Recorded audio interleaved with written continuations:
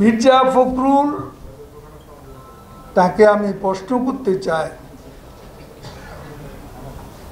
মির্জা ফখরুল সাহেবের কাছে আবার সবাই নিরপরাধ, সবাই অসহায়।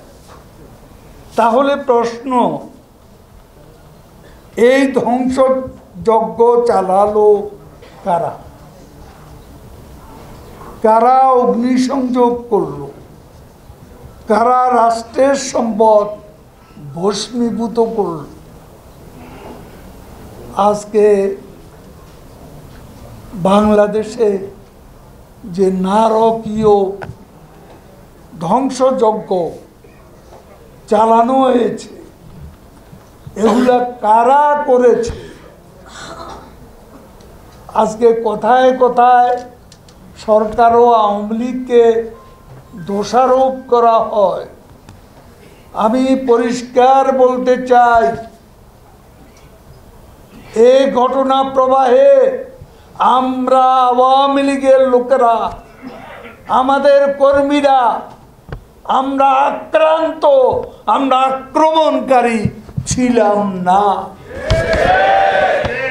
এখন অপবাদ দেওয়া হচ্ছে আক্রান্তদের। আমরা তো আক্রান্ত ছিলাম, আমাদের হাতে অস্ত্র ছিল না। আজকে অনেকে বলেন এখানে পার্টির লোকজন কম ছিল, অনুপস্থিত ছিল। আমি বলতে চাই, আমাদের লোকজনকে তো আমরা অস্ত্র দিয়ে তাদেরকে সজ্জিত করে কোথাও অবস্থান নিতে বলিনি। আমরা তো আক্রান্ত হচ্ছি, নিরস্ত্ররা সশস্ত্র ব্যক্তিদের দ্বারা আক্রান্ত হচ্ছে। আজকে সেতু ভবনের দিকে তাকা, বিটিভি ভবনের দিকে তাকা, মেট্রো রেলের দিকে তাকান, এলিভেটেড এক্সপ্রেসওয়ের দিকে তাকান, হানি ফ্লাইওভারের দিকে তাকান, 235টি থানা পুলিশ বক্স ভস্মীভূত হয়েছে, সেগুলোর দিকে তাকান। ফখরুল সাহেব, এগুলো কি আমরা করেছি? কারা এই নারকীয় বর্বরতার আশ্রয় নিয়েছে?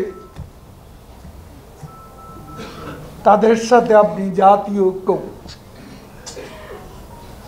স্বাধীনতায় যারা বিশ্বাস করে না, আজকে দেখ নরসিংদী কারাগার থেকে অস্ত্রাগারের গুলি,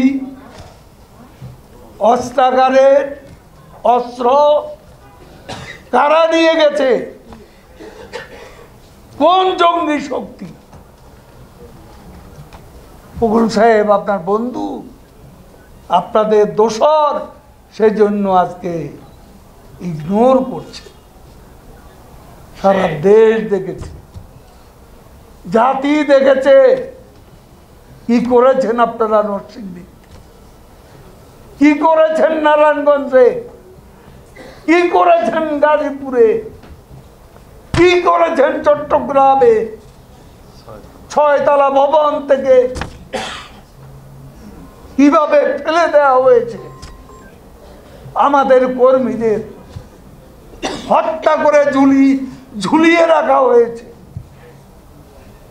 এসব কি ফখরুল সাহেব আপনার চোখে পড়েনি?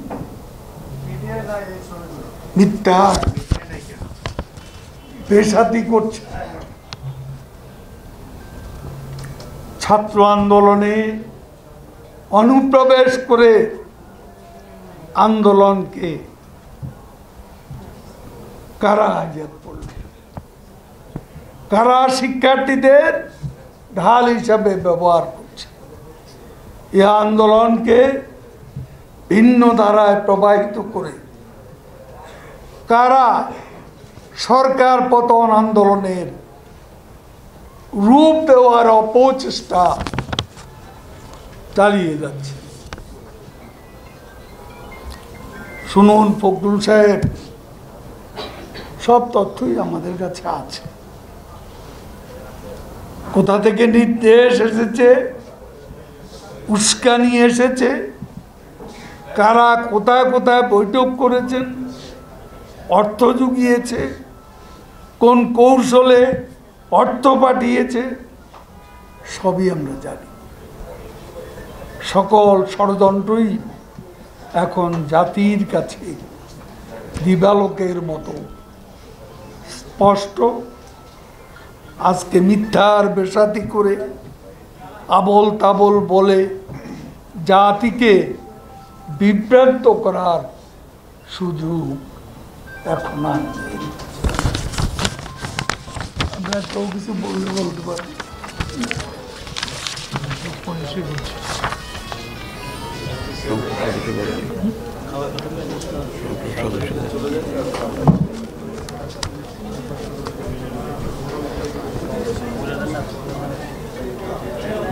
এগুলো তো বলেছি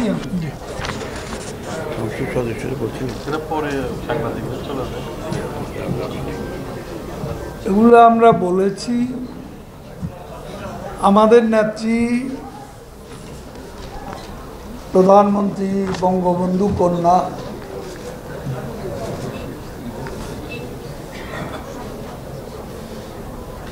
চৌত্রিশটি